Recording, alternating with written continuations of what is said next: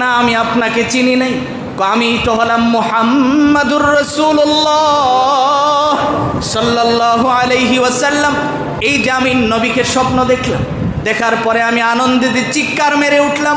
চিৎকারের কারণে আমার ঘুম ভেঙে গেছে। তাড়াতাড়ি দৌড়াইয়া যায়, আমি বাবার মুখের কাপড় সরাইয়া দেখি স্বপ্নে যা দেখছি এখনো তাই আছে। সুবহানাল্লাহ।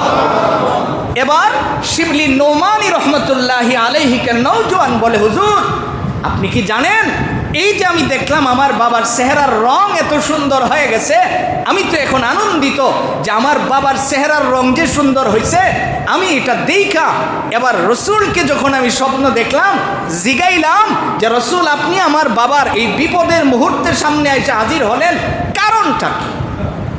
এবার নবীজি আমাকে শোনাচ্ছেন, আয় নওজোয়ান শোনো, তোমার বাবা প্রত্যেক দিন আমার নামে 300 বার দুরূদ শরীফ পড়ে।